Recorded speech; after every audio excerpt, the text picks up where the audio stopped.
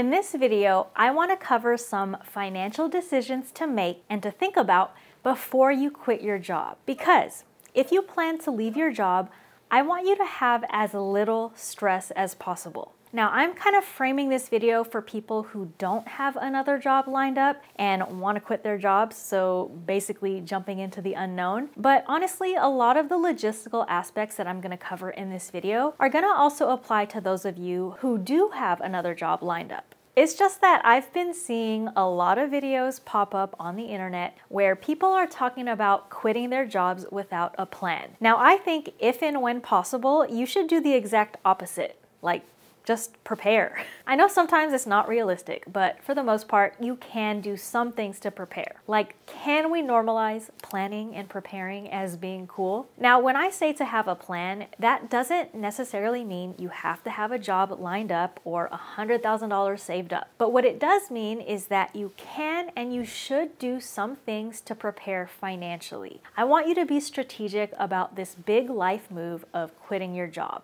I'm going to provide some guidance on 8 various financial related decisions that you should be thinking about before you quit your job. And I'm also going to share with you what I did in my specific situation when I left my last full-time job 2 years ago. Now, I'm not advocating for you to do the exact same thing that I did because what I did probably wasn't perfect. But what I want to do is share my decision-making process because I want to highlight that everyone's decision-making process is going to be different and unique. So what I do might be different from what you do, but these are just things that I think you should be thinking about. Quick disclaimer, I'm going to be talking about some things in this video that might be specific to the United States, such as types of accounts and policies, but I do think that if you're not in the US, you're still going to benefit from some of the items on the list because it's going to get you thinking about what are the financial things I should be thinking about when I want to leave my job and not be so tied to my job. All that said, let's jump into the list. Here are 8 financial decisions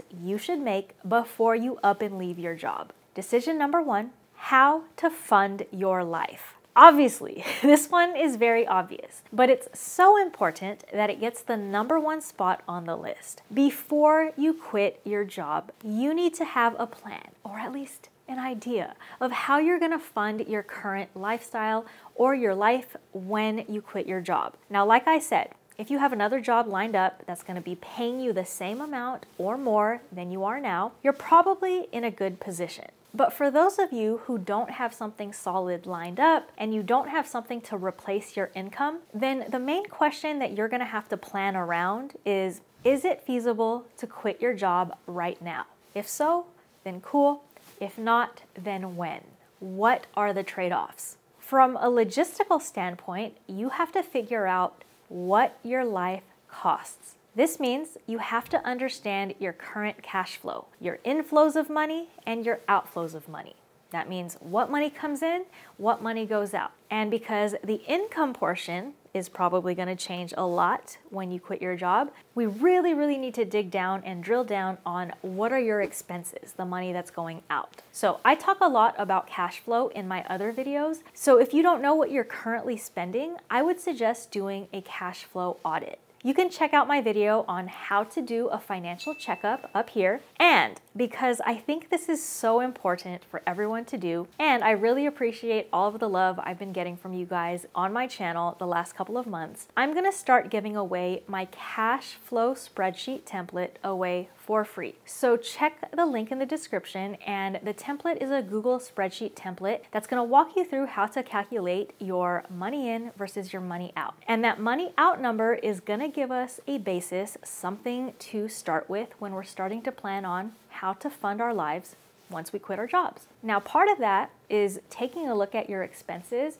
and also drilling down on what is necessary versus discretionary. What is something that you absolutely cannot give up, it is a necessity in your life, versus what is something that maybe you can cut from your budget temporarily or change in some way. Even though I personally don't make a lot of videos on saving money and being frugal, I do think that walking away from your main source of income does call for a tighter budget, at least temporarily. So ask yourself, is there anything you can cut out of your budget starting right now so that, number 1, you can start saving more money in liquid savings, which is gonna fund your life when you quit. And number two, cutting something out of your budget also reduces your overall monthly expenses when you do quit, which means your money is gonna go further during this time of your life. Another thing you can look at, which is part of that financial checkup video, is to know what resources you already have that can support you during this transition. Like, do you have an emergency fund saved up? Do you have any other savings that you can pull from? Do you have anything you can sell or any other means to support your life while you figure out what your next moves are? When you're deciding on how you're gonna fund your life when you quit your job, here are some other things that you can also think about. Are you gonna work part-time or do anything that will bring in some income? Are there any major expenses that you can cut and change once you do quit? Like maybe changing your living situation or saving money on transportation? And how much of a cushion is gonna make you feel comfortable enough to walk away from your job? So all of these things are things you want to think about. How are you going to fund your life? What is going to be the most ideal situation for you? Now, personally, I think you should keep your emergency fund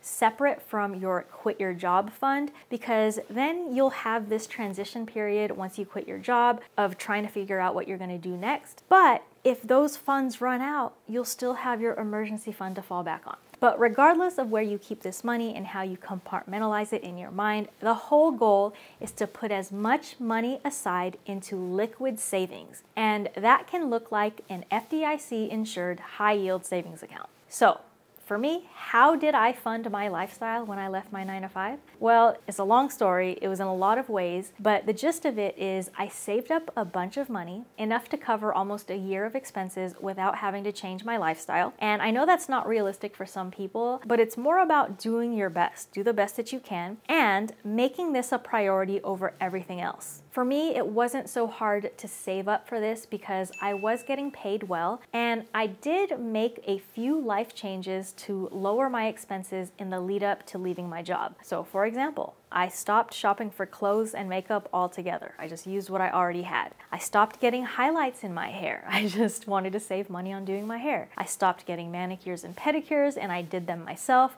Man, I guess my beauty stuff really took a toll. But anyway, I just found areas in my budget where it was discretionary, things that I was okay with giving up temporarily. It wasn't gonna be forever. It was just because I wanted to prioritize leaving my job. I did not want to be there anymore, so I made this the priority. Now, there's a lot more to my situation and what enabled me to fund my life for the past 2 years, but good place to start is knowing your cash flow, saving, and cutting expenses where you can, and thinking of it as temporary and prioritizing quitting your job as a goal. All right, that was a lot. We've only gone through one, but we're gonna crank through all of these 8 on this list. So financial decision number 2 that you need to make before quitting your job is how you're gonna pay for medical expenses. In other words, where will you get your medical insurance from? So once again, if you have a job lined up that offers you benefits and offers you health insurance, this is not really going to apply to you because hopefully you're going to have coverage. Also, if you are married and have a spouse that has health insurance, or if you're someone's dependent, you can also probably get health coverage that way. But if you're not married, like me when I left my job, you're going to have to figure out how you're going to manage medical expenses. And you should definitely take insurance into consideration. Don't just start paying things out of pocket. At least not in the United States. Now, this decision will primarily depend on how much you typically spend on medical expenses, how much of a premium that you can afford, and how much administrative work you're willing to do. In all cases, I recommend that you have a plan on what you're going to do for medical insurance when you leave your job. So that includes medical, dental, and vision. For those in the United States, the first thing you're going to want to do is check with your current employer and your current health plan to see if you're eligible for COBRA. And if so, find out how long you're eligible for. So COBRA stands for Consolidated Omnibus Budget Reconciliation Act, which is not something you have to memorize, but sometimes people want to know, so that is what it is. What it does is it gives you the option to continue your current health coverage, so the health coverage you have at your job. You can continue that after you leave the job, even if you're the one who's opting to leave, even if you're the one quitting your job. The catch is, if you are eligible, You can do this, but you're gonna be the one paying the monthly premium. So it's not free, it just gives you access to the same plan that you already have. Some advantages of continuation coverage through COBRA, meaning electing to continue your same policy once you quit, is 1, you can continue going to the same doctors for now. 2, you won't have to start fresh with your deductible for the current year. And 3, it's gonna be less change during a time in your life when there's gonna be a lot of change. Now, the downsides are that it usually costs a lot and it's only available to you temporarily. So either way, you're gonna eventually need another health insurance plan, whether that's through another employer or getting one on your own at some point. Here's what I did when I left my job 2 years ago. For me, I had 18 months of eligibility under COBRA, and I did elect to continue my coverage. I spent some time comparing my current policy that I had at my job to the ones that were available via ACA, the Affordable Care Act in California. It turned out that the policy I had through my job was a really good one in terms of my deductible, my copays, my out-of-pocket expenses. But the problem was my policy had a much higher premium than what I would have gotten on ACA. It was a few $100s more per month. So all in all, I could have gotten a cheaper policy, but I elected to keep my same health insurance policy and just pay that expensive premium in the meantime. For me, it was very important that I could continue going to the same doctors that I was already going to, and I wasn't trying to change a bunch immediately. I figured I could always just end that policy and get a new one later at any point. So all in all, I ate that cost and I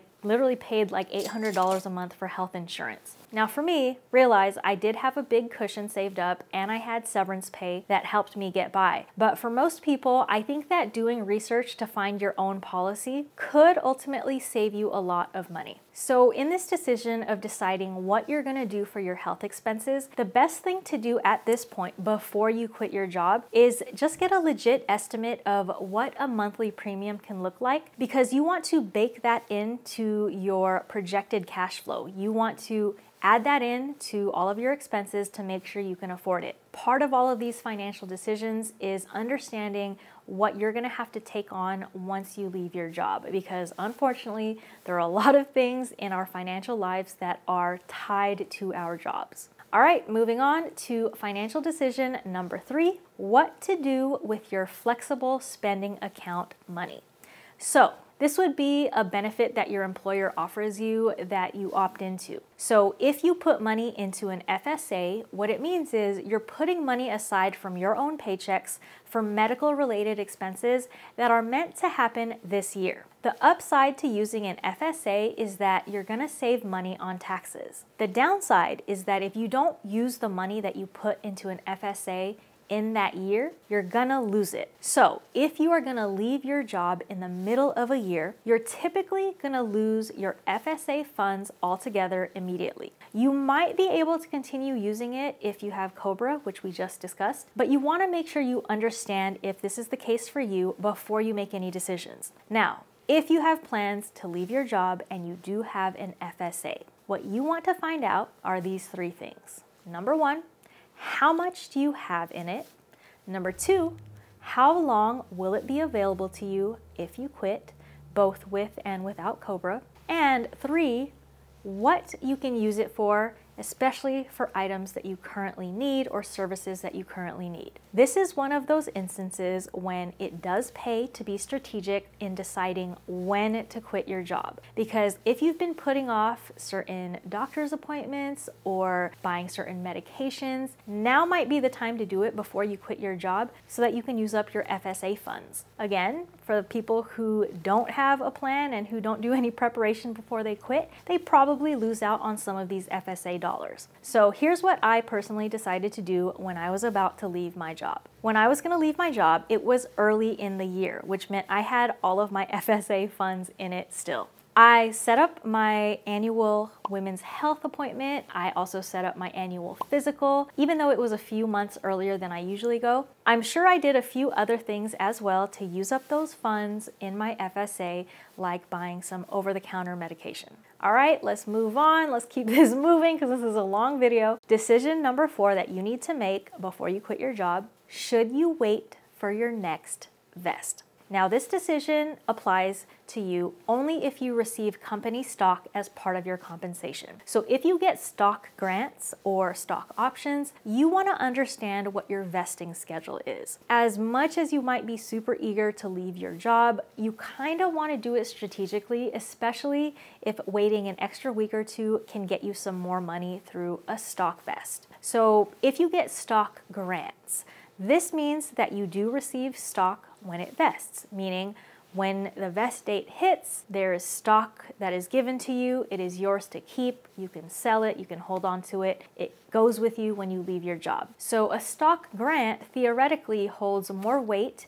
in impacting your decision to stay at your job longer or not than something like a stock option. But if you do get stock options, this really is only important to know your vest date if you plan to exercise, aka purchase your options. So if you don't plan to, then you don't need to wait for this date to occur before you quit your job. But if it is something of interest to you, then make sure you know when that day is. You don't want to pull the trigger on quitting your job until you understand these dates. Now, at the end of the day, stock compensation and these vesting schedules are a means of keeping employees at a company. So if you really want to quit for whatever reason that you want to leave your job, that is your decision, and whether or not you should wait for a vesting date is really up to you.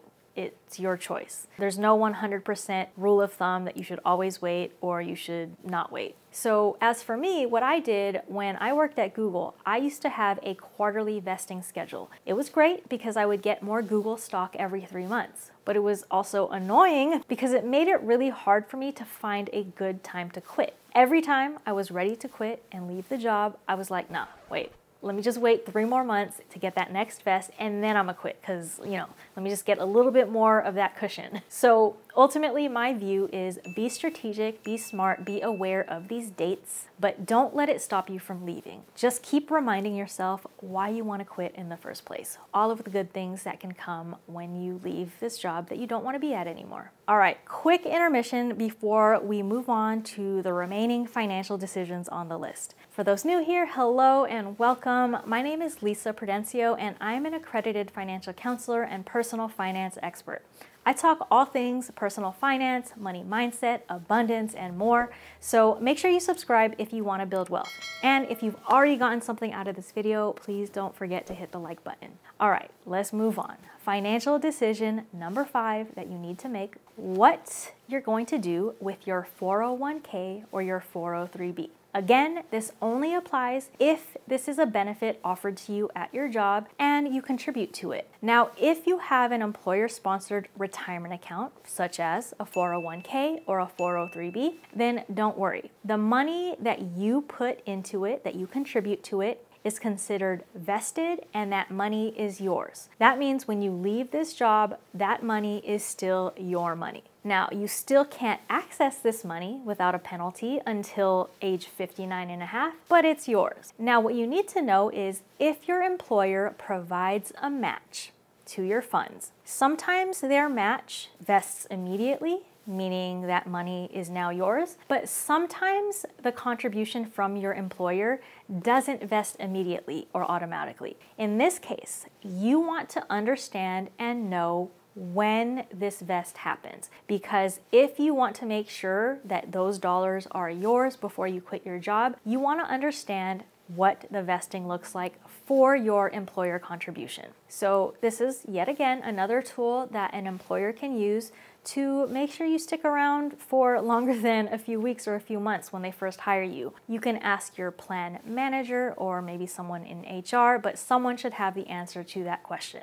Now, vests aside, if you have a 401k or 403b and you decide to leave your job, what happens to the account and the funds in it depends first and foremost on how much you have in the account. For example, if you have less than $1,000 in your 401k, then your employer can technically cash it out for you. They might just, without asking you, they pay you out that $1,000 minus taxes and minus the penalty. You pretty much have no choice. Part of that is because they don't want to keep an account open that they have to administer that hardly has any money in it. Now, if you have an amount that's less than $5,000, but maybe more than $1,000, your employer can choose to roll that money over into an IRA for you. They'll obviously give you some notifications and communications about this. Now, if you have more than $5,000 in your 401k or 403b, you now get to make the decision. Here are your standard options. Number one, you can cash out the account, which means you'd have to pay taxes on money you take out of it, as well as hefty penalties. And low-key, I should not even put this on the list because I don't want you to consider it as an option. It is not great for your finances to do this. The whole point of contributing to a retirement account is to save on taxes and to grow your money for retirement. So if you withdraw that money early, like cashing it out when you leave a job, that's just not great. So I don't know, ignore this option.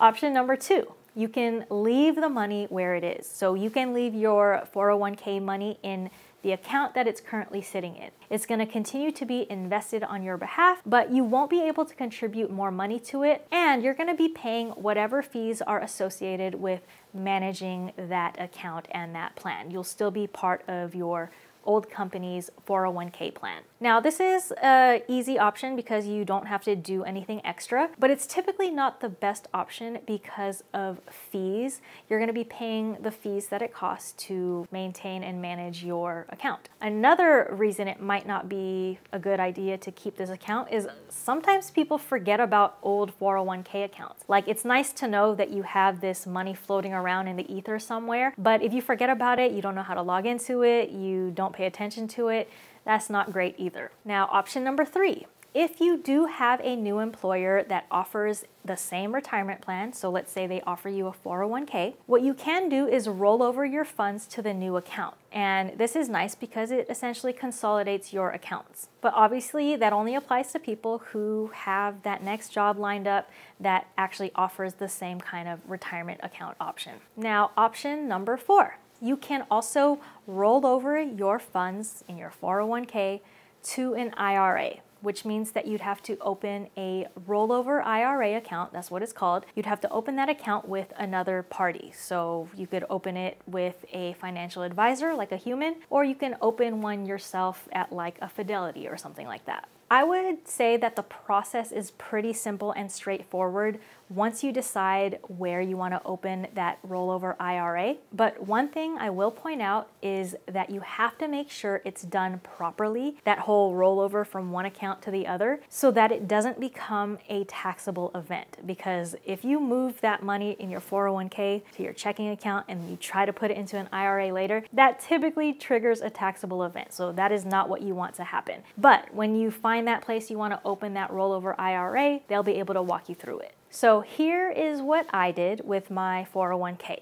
I actually have two examples for this. One is a bad one and one is a smarter one. So back in the day when I did not know shit about finance, I did have a 401k and I contributed to it for about 2 years. When I left that job, I did not know what I was supposed to do, but I saw that I had $10,000 in it. Now, I wanted that money because I was super broke. I was worse than paycheck to paycheck. I was living on credit cards and stuff. So I ended up cashing out that 401k, and I must have only gotten like 5K out of that 10K at the end of the day. I just didn't know any better. So it wasn't until later on I realized, okay, I lost money on that transaction. So anyway, fast forward. 10 years later. Over a decade later, when I left my most recent job in 2022, I knew I was not going to make the same mistake. I had no plans to early withdraw any money. So I had about $250,000 in my 401k 2 years ago, and I decided that I was going to do the rollover IRA because I have a financial advisor team. I wanted them to manage it for me, and I wanted them to manage the whole rollover process. So they handled it. All I had to do was be available for a phone call with both my advisor as well as Vanguard, which is where my 401k used to be housed at. And they needed my approval, and then they moved the money over to the IRA, and now it sits there.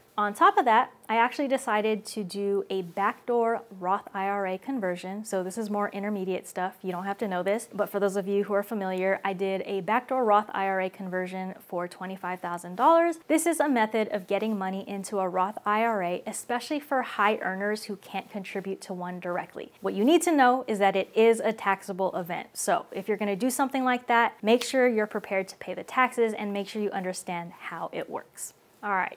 Financial decision number 6, what to do with unused vacation days, aka PTO or paid time off. So if you have any vacation time accrued, saved up, you want to check with your employer on what is their policy for vacation payout. At the end of the day, it's actually going to vary by which state you live in, followed by what your employer decides. So for example, I live in California, which is one of the states that requires employers to pay out unused PTO. But you should know that this is not the case for all states. So if your state and your company has a use it or lose it policy, then you definitely need to think about using that up before you even give your notice that you're leaving. Now, even though using your vacation time can delay your last day at work, at least you're gonna get paid for more days of doing nothing.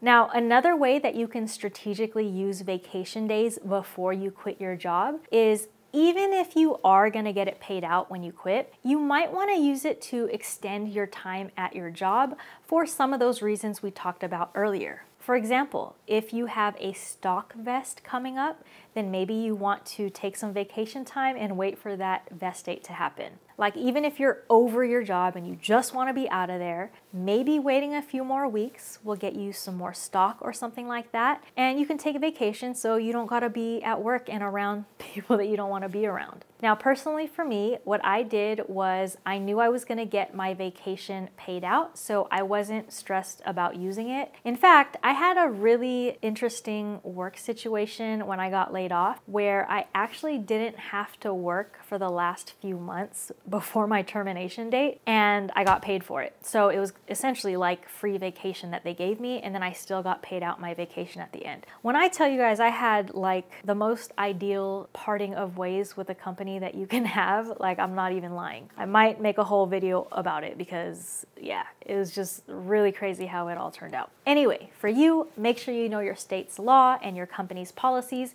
so that you can strategize whether or not you should take your PTO. Decision number 7, we're really moving along now, is what to do about life insurance.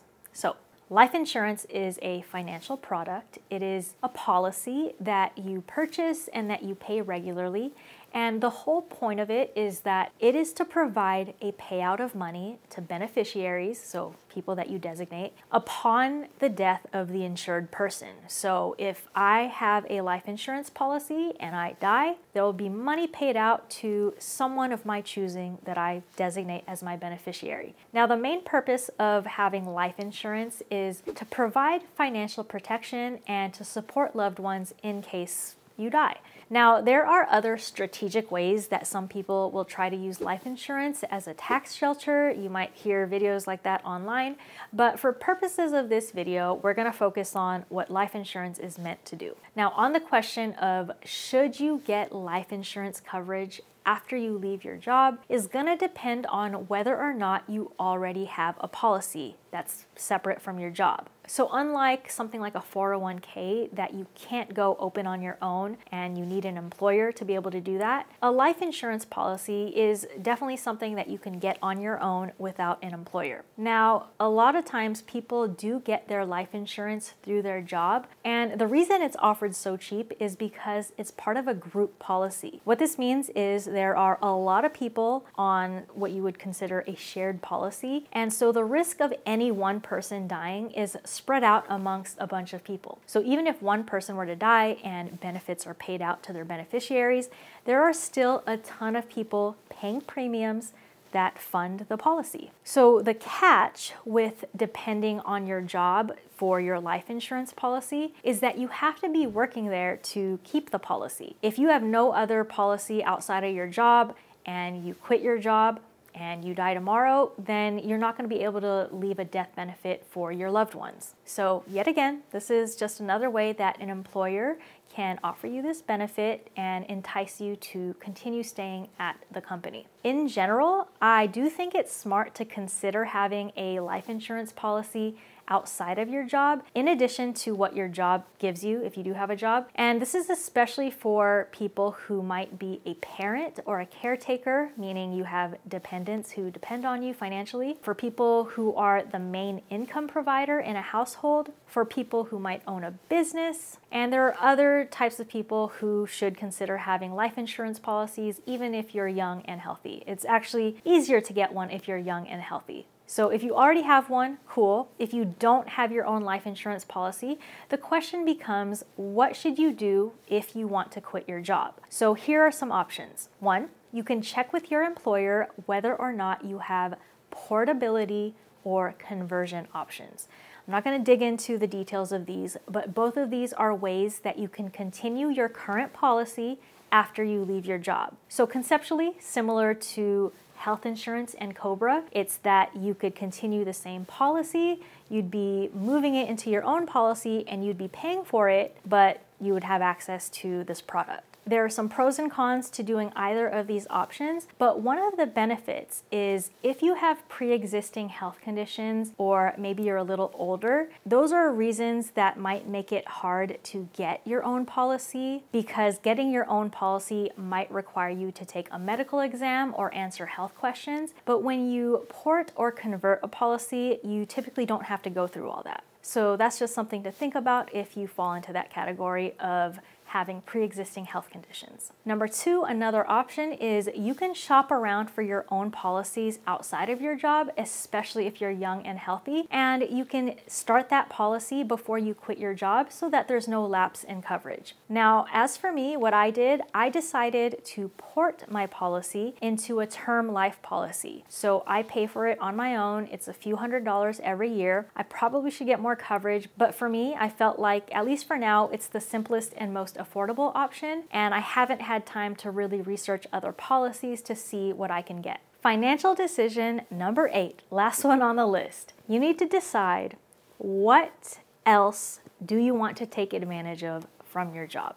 So that's kind of broad, it's kind of a blanket statement, but there are a lot of things you can look into at your job that you want to take a look at before you quit. So benefits, perks, discounts, anything that is offered to you that you won't have access to anymore once you quit. Now, big disclaimer, if you are not in the market for anything and you don't actually need to use those benefits and discounts, then now's actually not the time to be spending money when you're trying to hold on to as much liquid savings as possible. But with that said, I will tell you that 2 years after being gone from my last job, and I can't believe I'm admitting this on the internet, I don't want anyone to catch me, but I do still have access to some of my discounts. For example, I have a discount on one of my robo-advisor accounts that I was able to access at my job.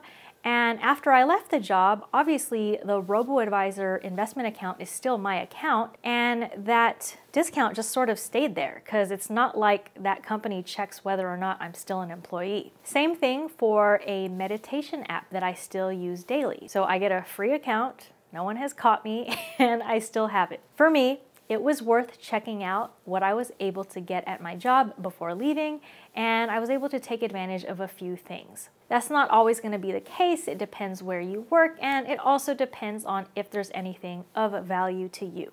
All right, those are the 8 things. I tried to cover as many big decisions as possible related to your finances that I think you should be thinking of before you up and leave your job. Now, I know that is not as fun as walking out of your job and flipping the bird to everyone, but I promise that doing a little bit of preparation is gonna ease so much stress if and when you do leave your job, especially if you don't have another one lined up. It's possible to do. The more you plan, the better. All right, thanks for watching. Until next time, peace out.